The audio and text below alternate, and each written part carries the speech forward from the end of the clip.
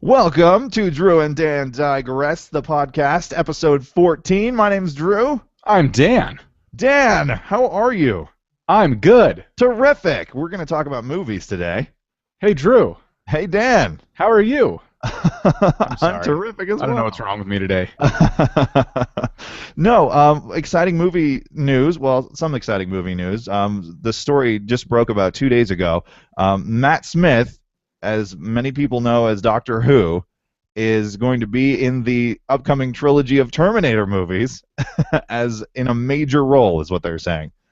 So that's fun. Why do we need another Terminator trilogy? Because Hollywood.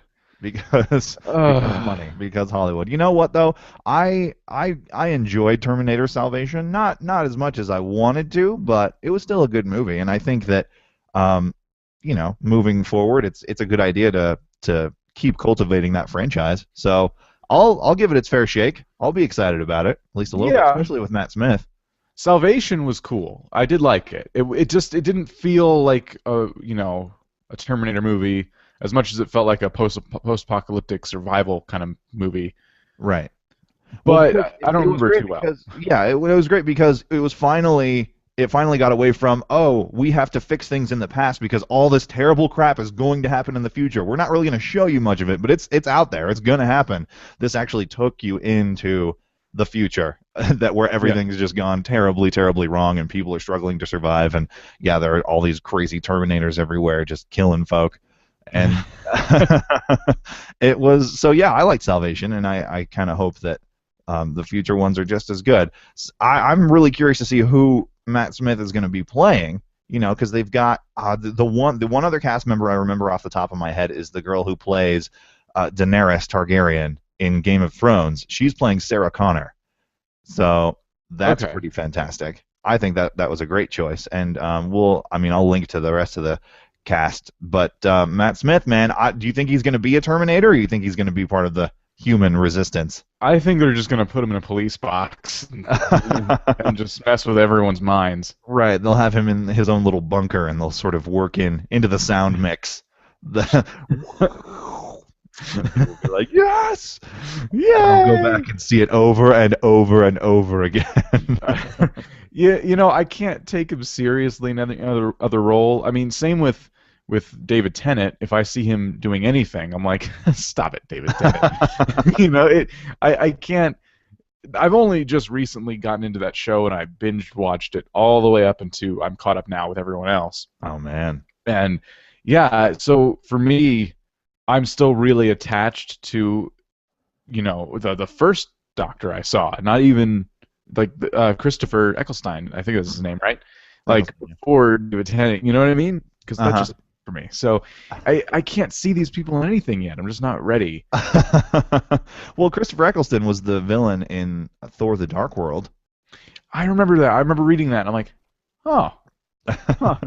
With all that makeup on, it doesn't count. I can't remember if I started watching Doctor Who after I saw Thor: The Dark World. Oh, maybe you did, because you were late on the bandwagon. Very, very late. I started watching Doctor Who when the last bit of that last season was about to premiere, like the last half of the very last season we just had, 7, I believe. Yeah. That's when I started watching, right when that was about to premiere. And I caught up really, really fast because everyone's watching it up to the 50th anniversary, which I still kind of had spoiled for me because I wasn't through it yet. Mm-hmm. But, I did catch up pretty quick, so a lot of it just kind of flew by. Yeah, man. I'm glad you're into it, because for the longest time I would bring it up like when we were at work or something, and you'd just kind of look at me like, okay. Anyway. I think I've gotten at least 2 people into it that I can think of. Well done. Like, no, 3 people into it. Mm-hmm. Really, a couple of them really into it. So I'm proud of myself. I returned the favor to society. Congratulations.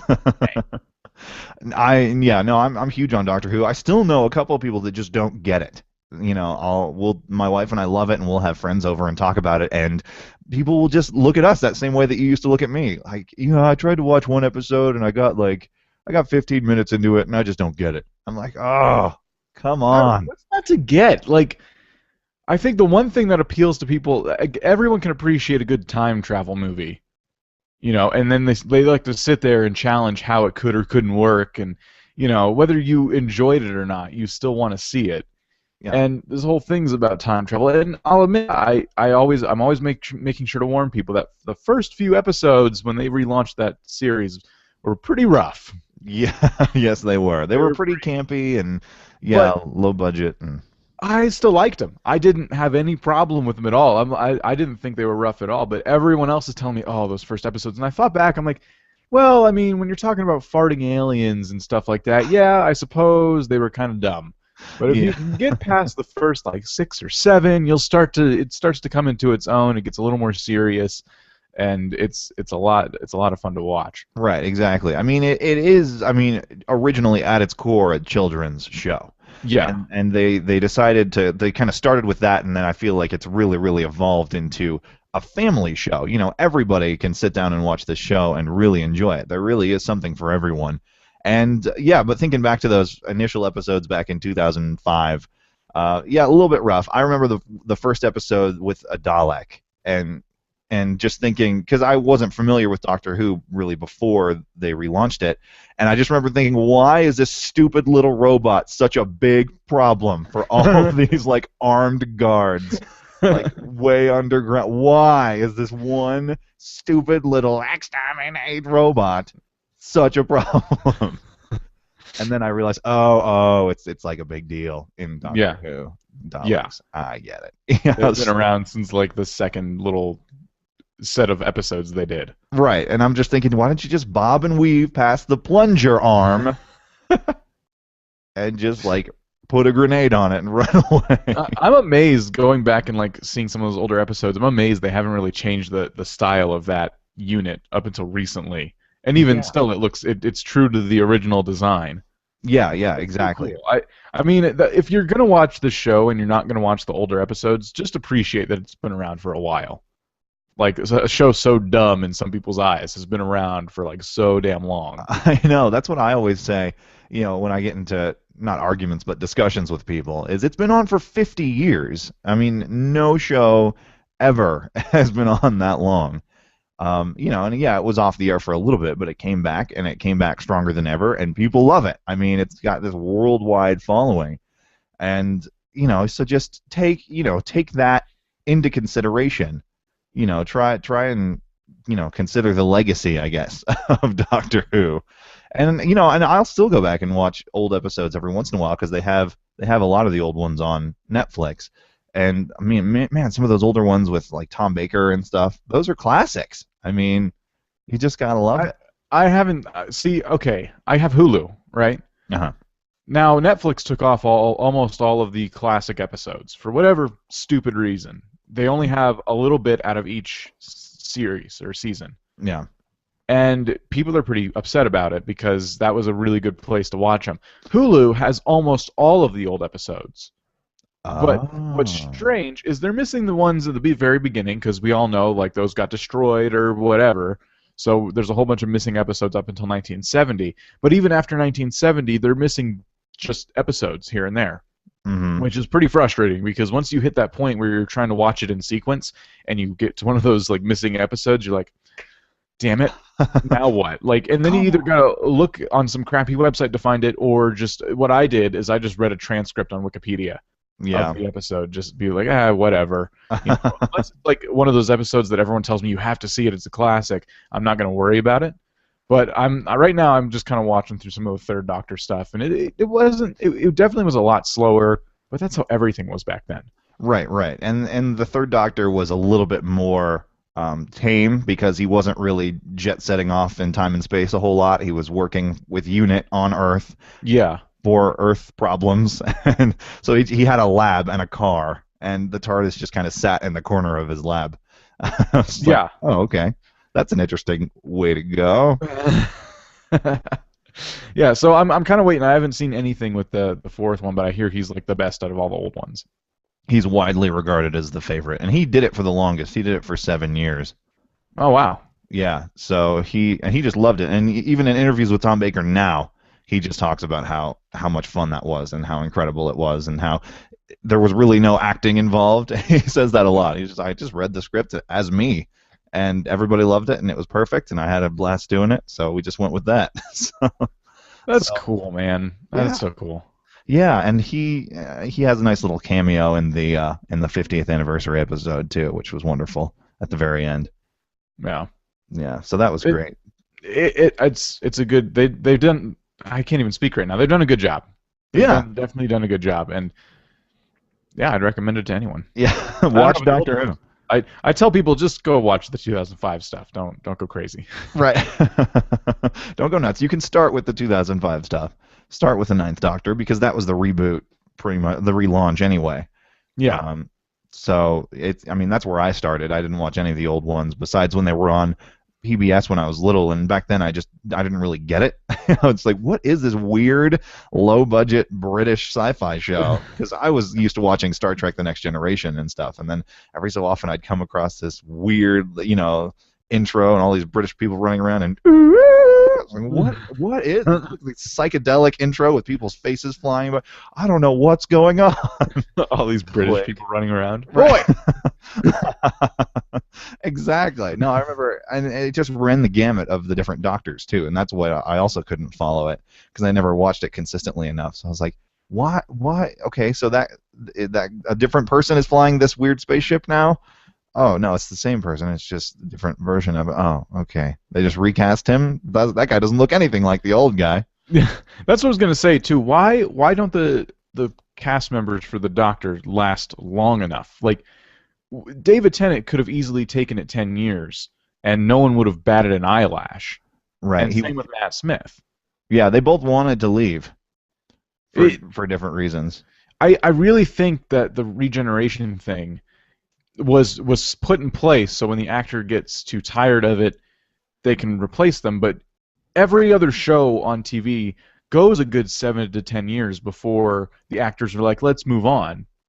Right. This show, because you have such an easy out, I mean, how many more doctors are we going to see in the next 10 years? You know what I mean? Yeah, loads. But I think that's what allows the show to run so long, though, is because they have this device, this element in place to where they can do a regeneration and have a new actor and go a couple more years, and then when he's done, he can just be done, and the show can keep going. I think that's kind of the secret to the success of it, actually. Oh, I do too. I just feel like we can lock them in a little bit longer. Because sometimes it's a bit jarring, like having the Ninth Doctor, who wasn't that bad, wanting to leave right away because he had big disagreements with all the people, I guess.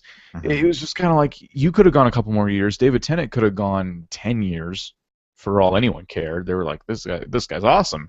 And Matt Smith became, to me anyway, equally as awesome. Right. That is one of the pitfalls of being a Doctor Who fan, or Whovian, as they say, is you can't really you can get attached, but just be ready to keep yourself open to being attached to the next one and the next one and the next one just as much, and being just as devastated when they leave. But just try and look forward to the new people. I mean, I'm super excited about Peter Capaldi. I think because he was on Torchwood and he was on an episode of Doctor Who back in the day, and I just really like him. And all the interviews that he's done and everything. I did a blog post on this a while ago at drewanddandigress.com, but you just have to leave yourself open to that. And my wife and I both really struggle with that. Like every time one of them leaves, it's like tears are shed. Like when Matt Smith left. Oh my gosh! And he takes off the bow tie and drops it, and I was like, oh god, they're killing us. They're killing us. I just can't do this. But Doctor Who, just on the whole, is just so amazing that you just deal and you just look forward to the new things that they'll do with the next Doctor. So have you seen the compilations of like the quote unquote leaked footage of Peter Capaldi as the Doctor? Oh, where it's like it splices him in from in the loop or whatever. It splices him in from everything he's done where he's just a dick. And just it's cursing just all all the like time. cussing the whole video, and then at the end of one of them, like it was like a little cartoon with someone watching it, like with their jaw open, like the Doctor's gonna be awesome. Yeah, exactly. I'm too uncomfortable with how old he is compared to the actors we just left behind. that one's going to take me a bit of getting used to. I feel like he's going to be a lot more grumpy Hmm. just by looking at him and just seeing him in the like you said, he was in an episode of Doctor Who before and he was in Torchwood. I hope they tie those in there. I hope they don't just ignore those. Oh, he's a Yeah. different character, big deal. But they could do that, and I don't think many people would notice because Torchwood wasn't exactly that popular. Right. Well, and I heard somebody on the show said something like there will be an explanation for why he looks the same as these previous characters. Like, and I feel like they sort of hinted to that in the 50th anniversary because, at the end when Tom Baker is there and, Matt Smith says, "I never forget a face," Tom Baker says something like, "Oh, I know you don't, and you may actually come back around and revisit some old favorites," or something like that.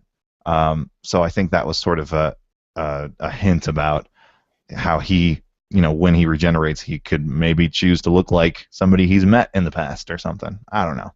In any case, I don't have a big problem with how old he is either because he's the same age as the first Doctor was, and they're playing it as he has a whole new set of regenerations and a whole new set of lives to live. So it would make sense that he starts this new set at the same age that he was as the very first Doctor, which is around It would, but 55. the very first Doctor grew up from being a child to being super old and then dying. Mm. So he didn't start out that old. He wasn't born super old. Fine, fine, just poke all those holes in my logic. You know, I really thought I had it figured out, Dan. You couldn't just let me Nope. have my logic. God. No, I couldn't. Anyway. They shouldn't overthink the age thing. They really shouldn't. I mean, if they obviously chose him, and I trust their judgment. But if the next one comes along and he's just as young as David Tennant was, and then the next one comes along and he's a little between Peter Capaldi and David Tennant's age, they shouldn't worry about it. Just Yeah. it's supposed to be random. I just don't want to see a woman pop out. You don't? I mean, I'm not saying that a woman doctor wouldn't be cool. I'm saying that having the character that's always been male and has always, Mm. that's just that I don't get. I mean, Yeah. I wouldn't get that at all. And I think a lot of people would feel a little bit pissed off if all of a sudden he regenerated and he was a she. It changed Maybe. the entire dynamic of the show. I can see what you're saying. At the same time, though, it would be interesting. It would be super interesting to see. And there are a lot of actresses who could do it justice. I know Helen Mirren said, sort of tongue-in-cheek, that she would love to play the Doctor someday. And I was like, okay, I could get behind something like that. But I'm not saying I'm completely against it. I'm just saying it makes me a little uncomfortable. gotcha. Just knowing that he's always been a guy. I mean, he's always liked girls. I mean, there's nothing wrong with a girl liking a girl or a guy liking a guy. I'm just saying Mhm. it'd be weird. How would if you all of a sudden if people regenerate and they turned into someone else and then their gender changed, how would you feel about that? Like, do I get divorced now? It might make things, yeah, make the relationships with the companions slightly awkward. Yeah. I don't know. I generally have an open mind about that stuff, but you're right. After 50 years of men playing the Doctor, it would be definitely a paradigm shift, and you might be taking a risk as the producer of that show with people, yeah, who are used to that same thing, same gender, that regularity of it. So I don't know what I'm saying, but these are just the things I think about. these are the things we think about. So we really got off track from Terminator, but I'm Matt Smith. sorry. No, because I'll talk about Doctor Who until the cows come home. But I definitely wanted to talk about something else real quick I didn't because even know you had cows. Can we talk about that? oh yeah, no, it's all these. I have tons of cows corralled in Minecraft Apparently not. somewhere. Waiting for them to come home. They're virtual cows. They're Minecraft cows. He plays Farmville. I do not. I do not play Farmville. Let's just get that straight right now. I promise you, I do not play Farmville. The closest I ever got to Farmville was that restaurant thing where you ran a restaurant. Oh, I tried it once. I'm like, why? Right. It just got frustrating after a while. I was like, Oh, yeah. I have to hire more people, but I can't hire more people unless I, play through this much or pay real money. Hey, that's convenient. Or make more friends. Yeah, make more friends. Hire your friends to do your your dirty dishes in a virtual world. Uh, real quick, in this last 10 minutes or so, I want to talk about Teenage Mutant Ninja Turtles I don't. because yeah, we're talking about it, Dan. Fine. This needs to be spoken about. I need to put this out in the universe.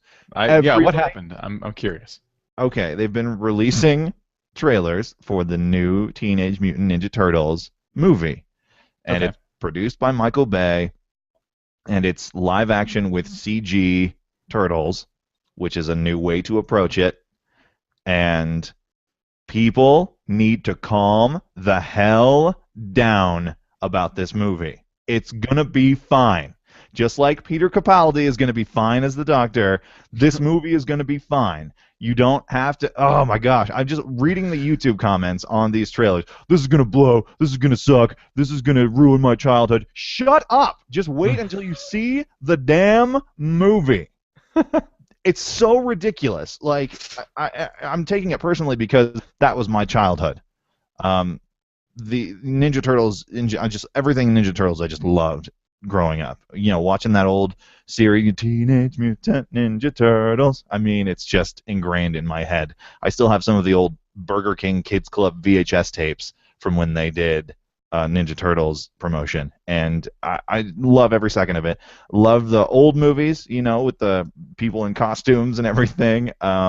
The animated movie, the CG animated movie, was kind of terrible, but I still watched it, you know, and I still enjoyed it for the fact that it was Ninja Turtles. And I'm super, super excited that they're doing another one, and that they're doing it with like modern technology with the CG turtles. I could care less what the turtles look like. I think actually they look kind of badass, personally. But all these people saying, oh, their noses look weird, and oh, why do they have lips, and da da da da da, because they're mutants. They are mutant Ninja Turtles, meaning that they don't necessarily have to have all turtle characteristics because they're already running around on two legs fighting with ninja weapons. So could you just maybe give us a different interpretation of how they look? Maybe. Yeah. You know, as much as I really don't care to see the movie, mostly because Michael Bay left a bad taste in my mouth from the last couple Transformers movies. I mean, I have to agree with you. I don't like movie critics, and I don't like people who sit there and tell me this movie's going to be awful. Like I can't tell you how many awesome movies I didn't see because people told me don't bother. And not people, critics. Like when you have your favorite late night comedians making fun of these movies and how bad they're tanking in the theaters, it doesn't make you want to watch them. I'll just wait for a DVD. Meanwhile, it could have been a good movie, and like some stingy critic just bashed it hard enough, and people followed suit. Yeah, you're right. That's awful. But we're getting to a point now where it's like the trailer for this movie can't even get people to just calm down for a second. Okay, think superhero movies for a second. How many things do they change from the comic book line in these movies to make them work as movies? Tons. And we throw some lips on some stupid turtles, and now all of a sudden they have lips. And I do think they look kind of stupid, honestly. I do. But again, like if that's the only change they make, be pretty thankful. Yeah. You know, everything else about it looks good. I mean, I was pissed back when they first announced it, and Michael Bay was saying, "Oh, they're not going to be mutants; they're going to be aliens, and you know, they come from a distant world where they're just regular members of their own species, and they're stranded on Earth or whatever." That had me really upset because they were going to change it from Teenage Mutant Ninja Turtles to just Ninja Turtles, and they weren't even technically turtles because they were supposedly aliens, and that really, I mean, I was right with everybody else who was up in arms over that. But then, and even when they were starting to release some of the initial promotional stuff, it just said Ninja Turtles on it, and I was like, oh man, they're still going with this stupid alien angle on it. And it wasn't actually until the first trailer came out like a month ago or a couple weeks ago that I actually saw Teenage Mutant in the title, and it actually showed like the ooze and stuff, and it just made me so happy to see that they were sort of going back to their roots in that way. So yeah, I can get on board with some things you can't change. yeah, Not wanting to change some things, but at the same time, a certain level of change is inevitable, and if they want to reboot this series for a new generation, I say go for it because it was such a big part of my childhood growing up, and I want that to be the same for my kids. I Yeah. want my kids to be just as nuts about Ninja Turtles as me and my wife were growing up. We both would play Ninja Turtles on the playground. I mean, and so I could care less if it has Michael Bay's name on it. If it endears the franchise to a new generation and keeps Ninja Turtles alive, then go for it. Yeah.